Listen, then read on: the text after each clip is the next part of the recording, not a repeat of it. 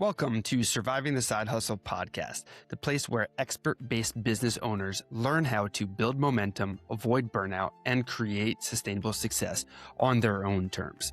I'm your host, Rob Tracy, strength and conditioning specialist turned founder and CEO of Prime Performance Coaching, the personal performance strategy firm for high-achieving business owners and operators.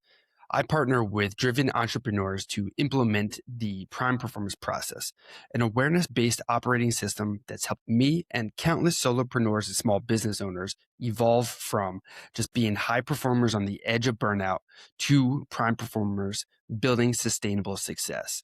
The impact of Prime Performance process has led me here, where I'll show you how to get unstuck and design your own Prime Performance life without sacrificing your health, relationships, or sanity. So whether you're hustling after hours or scaling your passion project, today and here you're going to get real stories, science-backed strategies, and practical frameworks to help you excel every step of your journey. It's time. Let's get intentional, build momentum, and become prime performers together.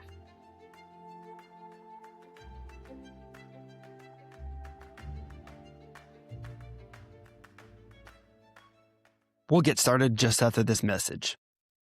If you're an ambitious business owner or side hustler who's ready for a breakthrough, tired of spinning your wheels, looking to slide past burnout and build real momentum, I'd love to invite you to book a free Prime Performance strategy session with me or one of our strategists. This is your chance to get personalized insight on what's been holding you back and get a clear path to move forward. No fluff, just actionable strategy. So if you're interested, visit survivingthesidehustle.com/free call to request your spot now. Again, that's survivingthesidehustle.com/free call. Looking forward to helping you become a prime performer.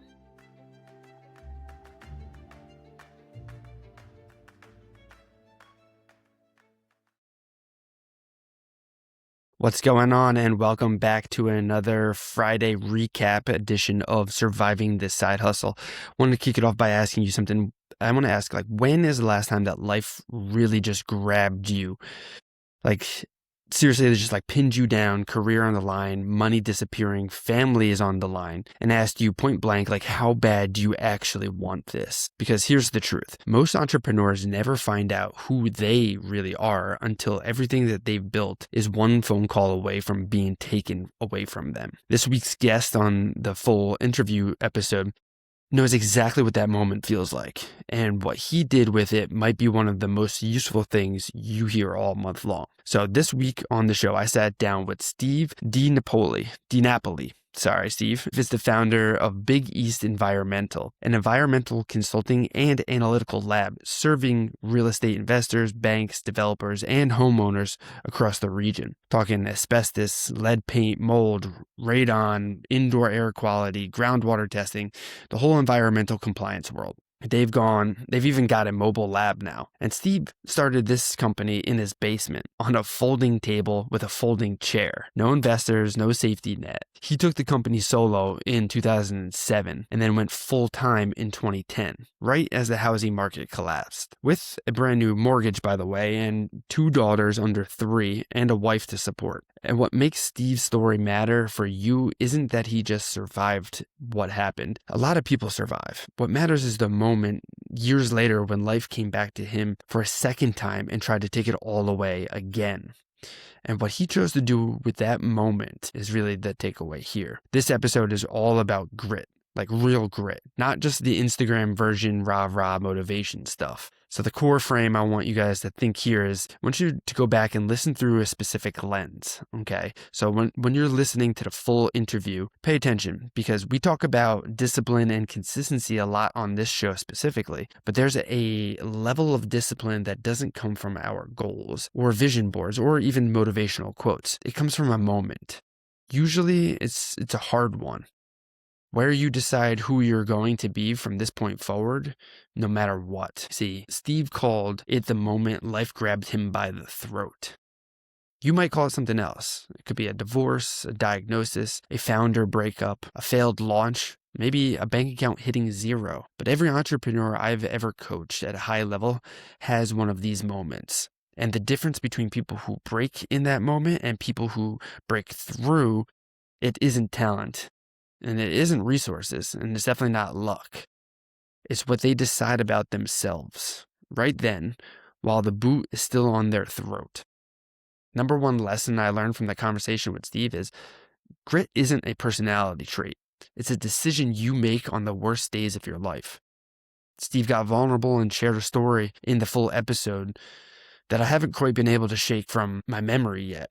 About 6 years ago, he got caught up in some real legal trouble. Without getting into all the details, he made some payments to a contractor that got construed as bribery payments or something.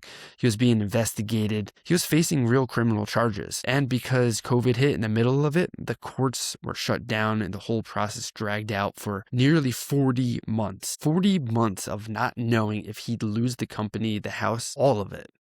Most people in that position, they go quiet. They start hedging. They start making the small choices that protect what's left. But Steve did the opposite. He said, quote, "Life grabbed me that day, knocked me on the ground, stepped on my throat, and asked me how bad I want this." And his answer was, "I'm going to outwork everyone on earth." See, he started waking up at 4:30 in the morning, running until he couldn't see, lifting, locking his diet down, and he gave himself one motto: I will be undeniable. You can say whatever you want about my past, but you cannot deny that I am the best at what I do. Now, I want you to sit with this for a moment, because this is where most people misunderstand grit. Grit is not a personality that you're born with. It's not a vibe. It's not even a habit. Grit is a decision you make at the moment you have every reason to quit. And the decision is, I'm going to do this. I'm going to use this exact pain, this exact pressure, this exact unfair situation as the fuel that makes me into someone the old version of me wouldn't even recognize. And here's the part that's going to make some people uncomfortable. Steve said this on the mic. The nightmare situation, the worst chapter of his life, was the greatest thing that ever happened to him. He said he wouldn't take it back for anything, because without it, he never would become undeniable. See, this is exactly what we coach in Prime Performance Coaching, specifically around principle number 1. I've got a whole framework around this, but the core idea is simple. Every entrepreneur eventually hits a moment that's bigger than their current capacity. And in that moment, you either rise to meet it or you find a smaller life to fit who you currently are. The people who rise aren't the people with the most resources. They're the people who decide on the floor that this is the moment that they become somebody new. Grit, again, isn't something you have. It's something you decide. And again, it's usually on your worst day of your life. The entrepreneurs who become undeniable are the ones who, when life puts a boot on their throat, look up and say, okay, let's see what I'm made of. Lesson number 2 that I learned from Steve that I want to share with you guys is physical work is hard. And hard work is the fastest way to build mental hard work. Now, here's the part of Steve's story that I think every entrepreneur listening needs to hear, especially if you're the type who says that you're too busy to work out or whatnot. Steve said that running, the lifting, and the locked-in diet, that physical discipline didn't just keep him sane during his legal battle. It directly made him better at his job, helped him sharper decisions, better leadership, stronger conviction. He said when he doesn't work out now, he can feel his performance drop throughout the day. And here's the line that really stuck with me. He said that the hard physical work somehow translated into being better at what he does with his mind. This is something I've been preaching for years, and Steve just put it clearer than I've ever heard it before. The reason your physical training matters isn't just because of your body. It's because of what doing hard things teaches your brain about what you're capable of. When you push through a 5-mile run in the cold rain at 5 a.m., and then you sit down at 9 a.m. to write a report that you don't want to write, your brain doesn't have a story anymore. It can't tell you this is too hard because you already did something harder before most people are awake. The discipline you build in the gym doesn't stay in the gym. It walks into every meeting, every difficult conversation, every hard decision, every uncomfortable email. And you don't train your body to just look better. You train your body to give you proof every single day that you can do hard things. And let me say this directly to the entrepreneurs who keep telling themselves that they're too busy to train. Listen, you're not too busy. You've decided your business is more important than the systems that runs your business, which is your body. And every day you make that trade, you're slowly starving the asset that makes everything else work. Steve said something I want you to really hear. He said, motivation fades. There's no such thing as motivation. It's just strict discipline. And the way you build strict discipline is you do the hard physical thing every day, even when you don't want to, especially when you don't want to. Because here's what happens. Once your body knows it can do the run, your mind stops asking permission to do the work. To tie this into the prime performance process, this is the foundation of how I work with my coaching clients inside the principle number 4 on efficiency. Again, I got a whole framework around it, but the core idea for you to take home today is your business can't outperform your physical state. You cannot lead at a level your nervous system can't handle, and you cannot make great decisions in a depleted body. The training isn't operation or optional even. The training is the leadership. And another takeaway for you is that you can't grow a business you won't let other people break. This one is for every founder who's stuck working in the business when they should be working on it instead. Steve was crystal clear in this part of the conversation. His motto with his team is figure it out. He gives them the project, gives them the guidance, makes himself available, and then lets them go. Lets them try, lets them fail. Because in his words, failure is learning. And if you don't let your people fail in safe ways, they never become the people who can run things without you. Now think about how many founders you know who can't do this. They've built a business that genuinely depends on them touching every single thing, every report, every client call, every decision. They tell themselves it's because nobody else can do it as well as them. But the truth is they've built a business that punishes them for even trying to leave. Steve says something important about this. He said, this is not the Steve DiNapoli show. He doesn't even like signing the report sometimes. He wants his employees to be the experts. He wants the company name to be the brand, not his name. That is the level of ego maturity most founders never reach. You cannot scale a business that has your fingerprints on every single page. You can only scale a business that runs because of the people, not because of you. And here's the test. If you took 2 weeks off right now, fully off, like no Slack, no email, no check-ins, would your business grow or plateau or collapse? And if the honest answer is collapse, you don't have a business. You have a high-stress job that you sold yourself. And I know this because this is part of where we're growing, the prime performance process. And the work isn't to do more. The work is to trust earlier, to delegate before you feel ready, to let people fail in small ways now so you don't fail in catastrophic ways later. Stop being the smartest person in your company and start being the person who builds smarter people.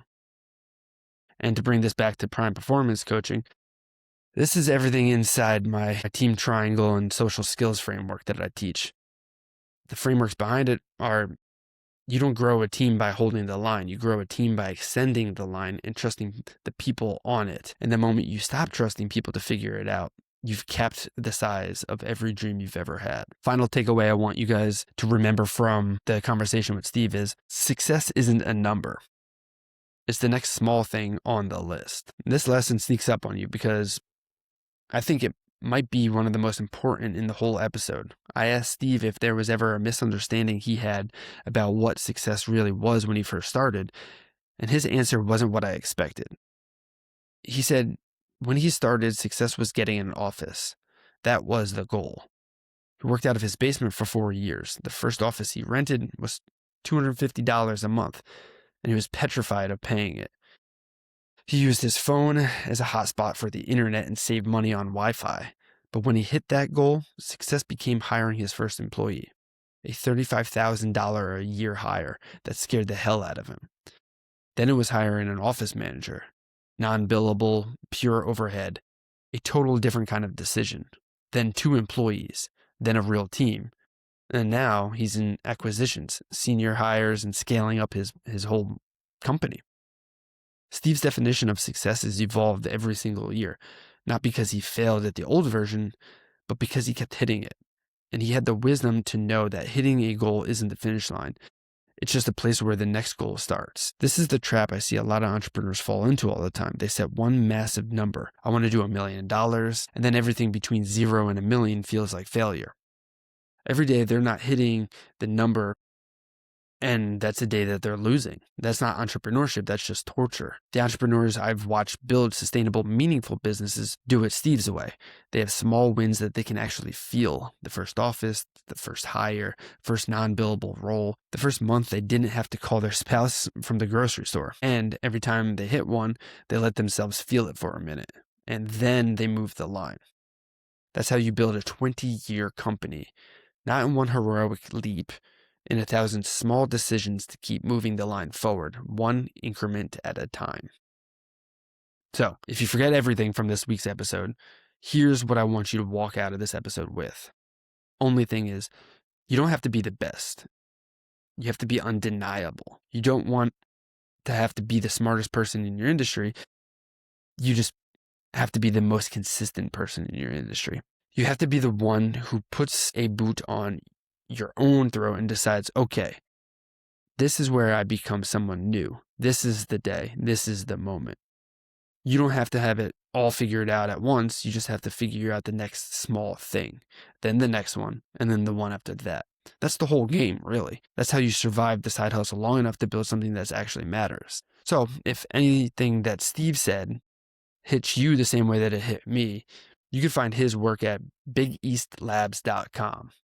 That's where Big East Environmental lives online, and they've got a contact page if you or somebody you know needs help navigating environmental regulations on a property like asbestos, lead paint, mold, radon, all of it. You can also find them on LinkedIn and Instagram at Big East Labs, where they've actually got a really fun feed for any environmental consulting company. So it's worth a follow. And again, Steve, if you're listening to this recap episode, thank you again for coming on, brother. The honesty in the episode was a gift.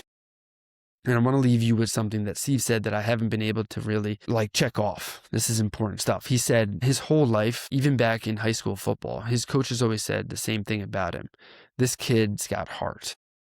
And in 20 years from now, when he looks back at his career, he wants people to say the same thing, that he led with his heart, that he was gritty, and that he never gave up. So and here's the question I want you sitting with this for this week. What's the one word you want people to use about you 20 years from now? And are you actually building a life that earns it? Because every choice you make today either earned it or you didn't earn it. The training, conversations, the decisions, the follow through, the discipline that you held when nobody else was watching, all of that counts and all of it stacks. All of it becomes the answer to that question. Go earn the word. And I'll catch you guys on Tuesday with the next guest. Until then, stay sharp, stay aligned, and keep surviving the side hustle. That's all for today's episode of Surviving the Side Hustle. If you found value here, please don't forget to rate and review the show on Apple Podcasts, Spotify, or wherever you're listening from. And please create a shared success by helping us share this episode with someone who you think would benefit from today's conversation. And finally, don't forget to connect with us at survivingthesidehustle.com and give us a follow on socials so that we can take part in following along in your entrepreneurial journey. Until next time, remember, success doesn't require a complete sacrifice, just strategy, momentum, and the right support.